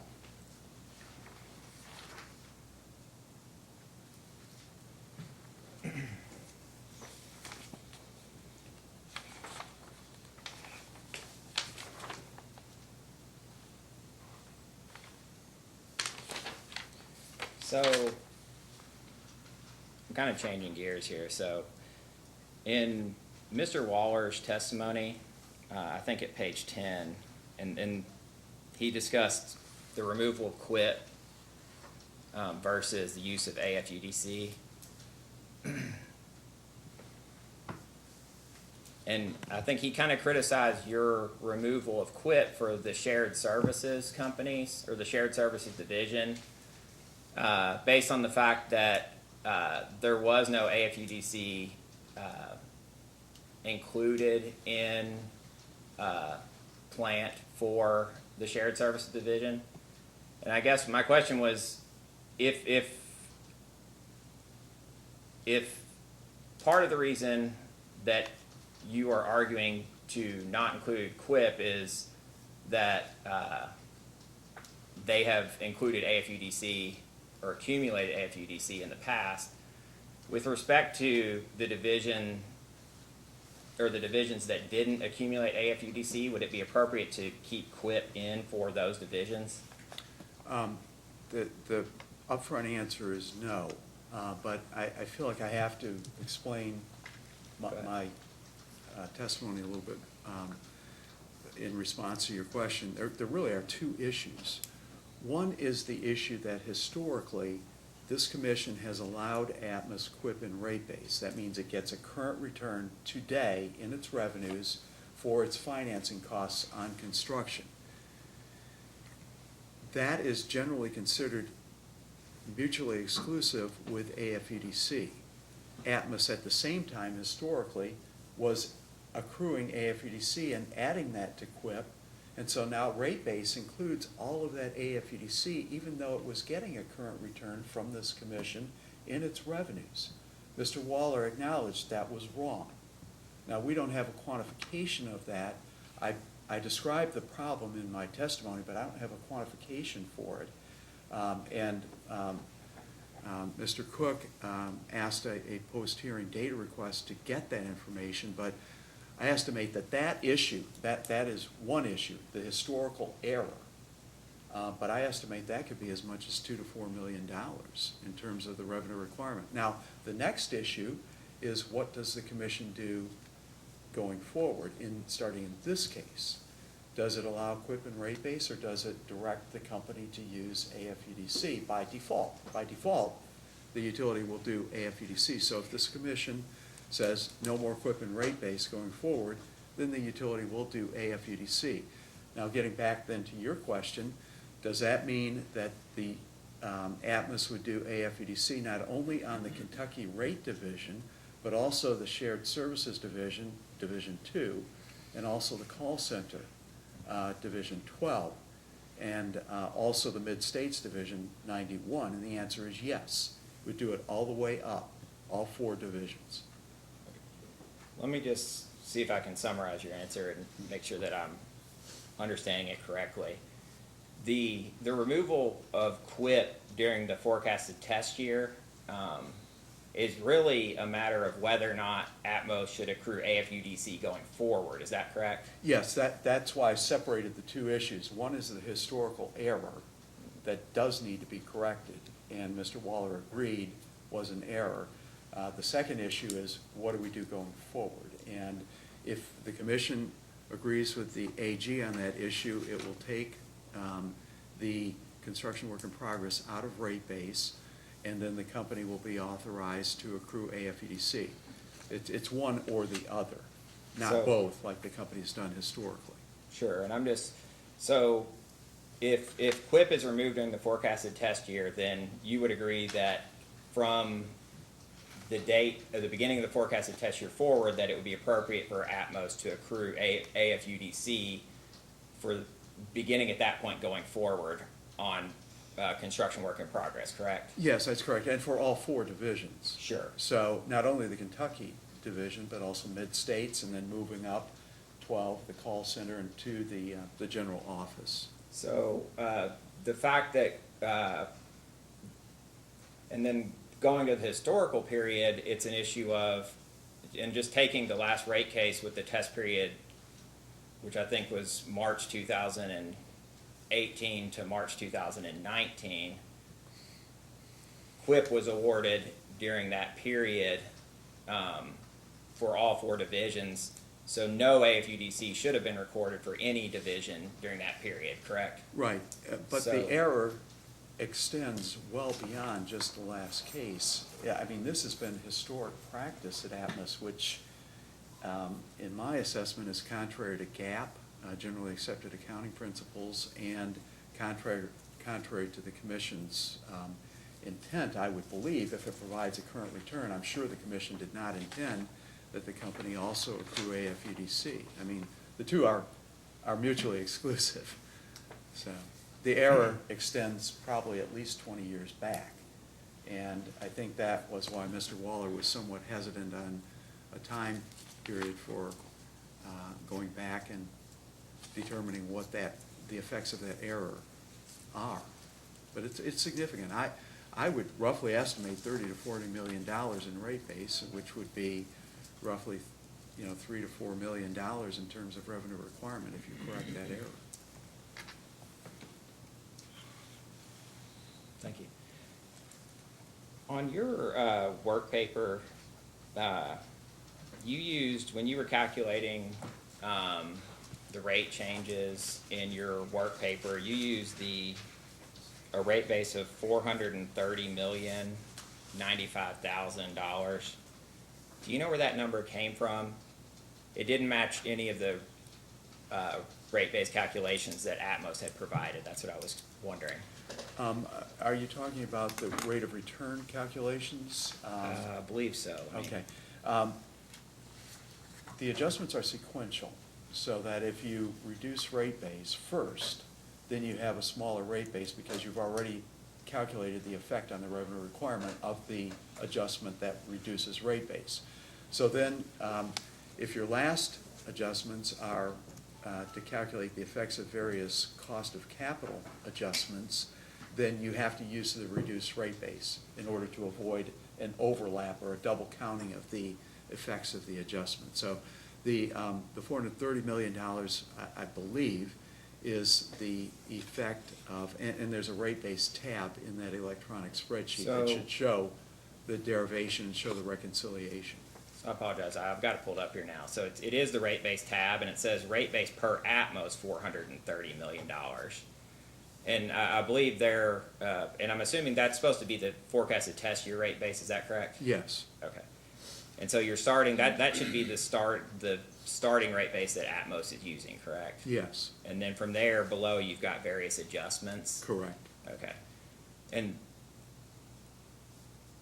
I don't know if you know off the top of your head, but in Atmos's revenue models, the rate base that they have for the forecast test year is higher than that. And that's what I was curious where that $430 million came from, or if it was just an error that needs to be corrected. My recollection is that it was from the filing. Okay. The company's electronic work papers. I guess just as a post-hearing data request, I'll ask that you review and update that if necessary. Okay, With respect sure. to the starting rate base number. Sure.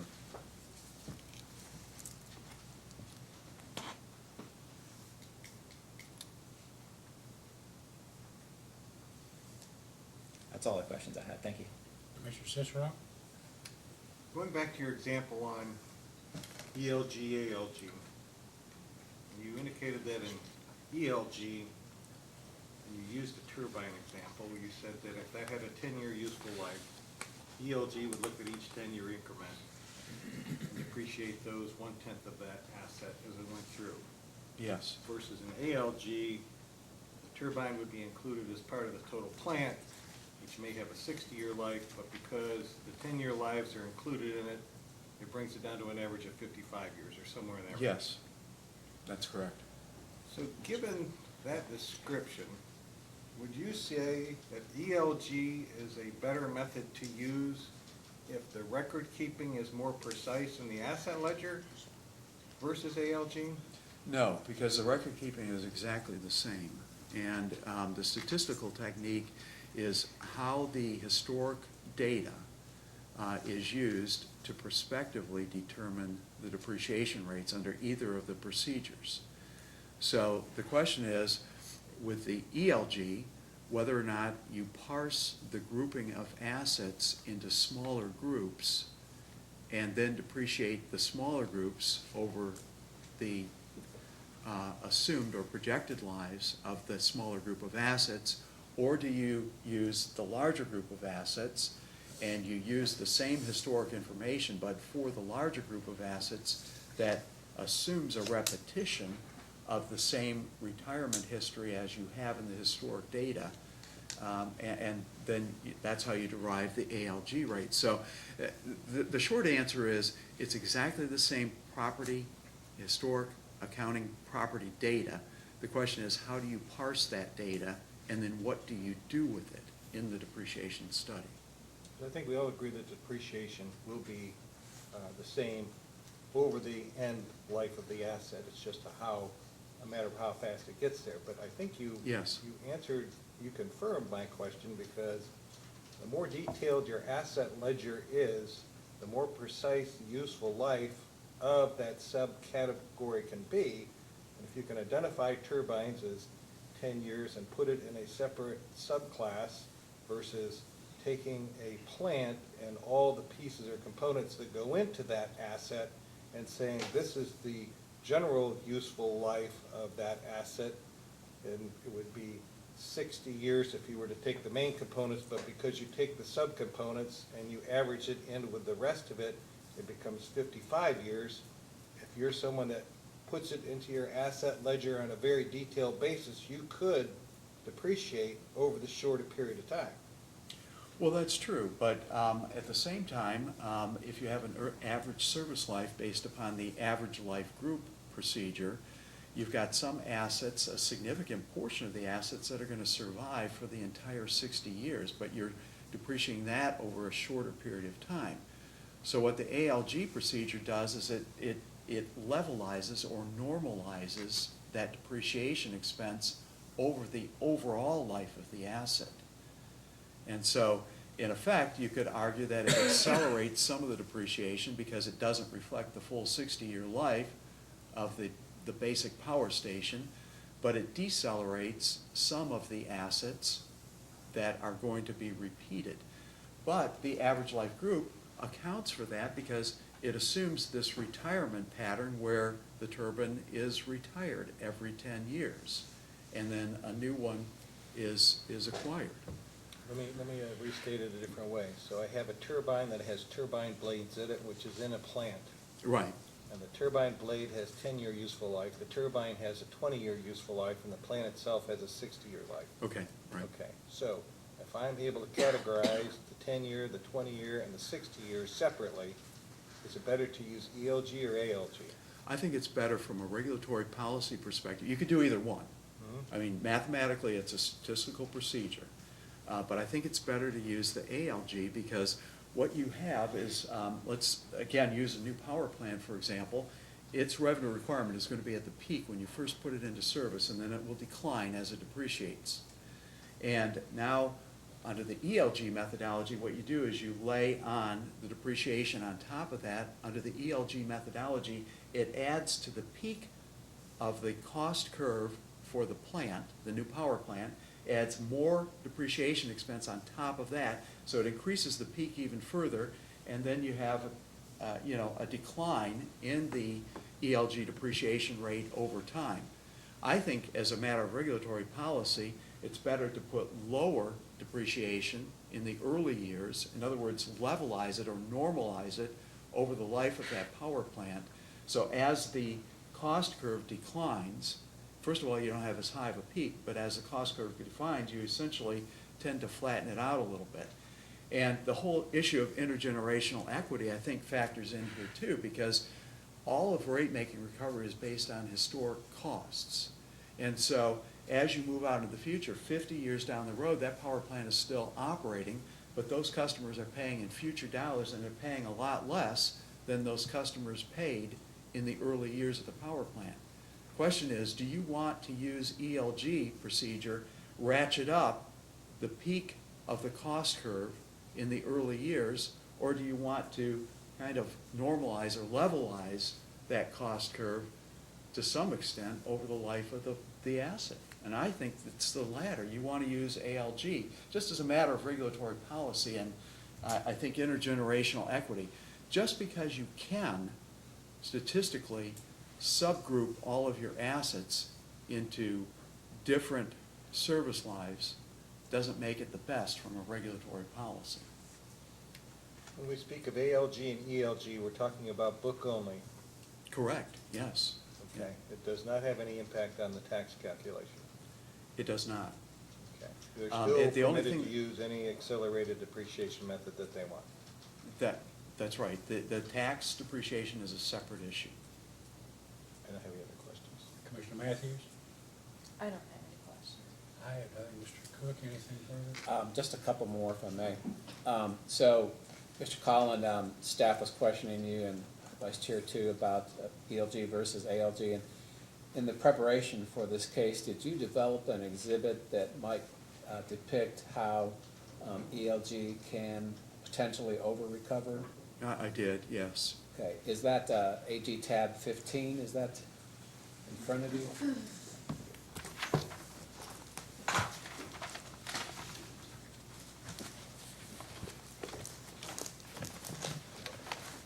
Yes, Okay, could you run through that example? yes. This goes back to the questions that Mr. Bellamy asked me and also Vice Chairman Cicero. And that is, what happens if you do use the equal life group and you have a 2-year asset, 50% depreciation rate in each of those years, $10 cost of that asset, so the depreciation expense is $5 in each year. If you do not reset your rates, you're going to continue getting or recovering depreciation expense at the $5 until rates are reset again. And so that's one of the dangers of using ELG and parsing the group into these subgroups, because the timing is different with respect to the resetting of rates that recover the depreciation expense compared to theoretically what the depreciation expense should be. So if we look at this chart here under tab 15, you have $10 asset cost, 2-year life. This comes from Mr. Watson's example in his rebuttal testimony, and the depreciation rate is 50%, the depreciation expense is $5. So you reset your base rates to recover the $5 of depreciation expense, but you don't have a rate case for 3 years. So now you've recovered 5 years in year 1, 5 years in year 2, and 5 years in year 3. So now under the ELG methodology, you recovered $15. If you don't have a rate case for 4 years, you've recovered $20. You don't have a base rate case for 5 years, you've recovered $25. So what you end up, and remember I said before that depreciation is a closed loop process.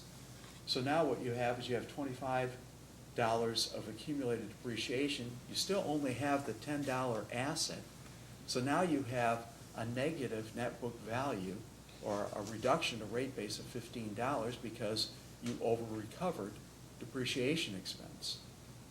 And so the question is that appropriate? And it's not just the fact that theoretically you can use a different statistical methodology, the ELG method or procedure as opposed to the ALG method or procedure, but what are the practical consequences from a rate-making perspective? You tend to recover more earlier under the ELG procedure, and you tend to over-recover more under the ELG procedure. And so then the question is, well, what do you do with the over-recovery? Well, because you have too much accumulated depreciation for the $10 asset, well, that just gets mingled into the next depreciation study. Customers will get that back. But then, I mean, it rapidly approaches the point where you don't actually have a matching of the revenues with the ELG depreciation expense. In fact, you never will. No other questions? Mr. Hughes, any questions? Anything further, Mr. Bell? Commissioners? Just one more question. In terms of the example that you used, that if you had a 2-year asset life, and then you use the word rate case, and if the utility didn't come in for 3 years, it'd be $15, 4 years, $20, 5 years, $25. And then you mentioned a depreciation study. So just for clarification purposes, are you saying it's the depreciation reset when they do a study, or you're saying in the rate base? The depreciation rates will stay the same, and the revenue recovery will stay the same until A, the depreciation, a new depreciation study is done, and B, the new depreciation rates and expense based upon the rates from the study get reflected in the revenue requirement. So it is the depreciation study that you're referring to, not? Yes. So that if the depreciation study is done and the rates are reflected in the base revenue requirement, it will always be those depreciation rates and the resulting depreciation expense unless and until there's a new depreciation study that is reflected in the rates. So in your opinion, it doesn't make any difference whether Atmos has decided to come in every year or not, unless they do another depreciation study, the rates that were in from the prior depreciation study would be the effective rates utilized? That's correct, yes. I don't have any other questions. Commissioner Matthews? I don't know. Anything further? I would just like to move to admit AG Exhibit 15. Any objection, Mr. Hughes? I'll let AG Exhibit 15 be admitted into evidence. Right, may this witness be excused? Thank you, Mr. Collins, you may step down and Thank you. you're excused. Mr. Wood, do you have anything further on behalf of the Attorney General? No, we do not, Your Honor. Mr. Hughes, is there anything else that you need to bring or would like to bring to the attention of the commission before we adjourn? No, sir, I would just like to confirm the dates that we discussed earlier about when we're going to get the responses and the briefs and so forth. An order will be entered shortly, but I've committed this to writing, and I was going to read it to get everybody's acquiescence before we adjourn. Post-hearing data requests shall be filed in the record on or before Friday, April 5th, 2019. Responses to post-hearing data requests for which information is readily available shall be filed in the record on or before April 12th, 2019.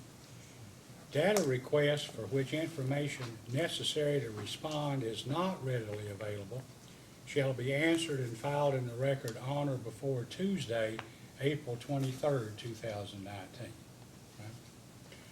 The parties shall file simultaneous post-hearing briefs on or before Tuesday, April 23rd, 2019. This case shall stand submitted for decision by the commission effective 12:01 a.m., April 24th, 2019. That gives us 7 working days, so we'll be.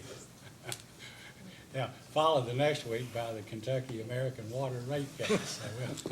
So we just do the best we can with what little we have to work with.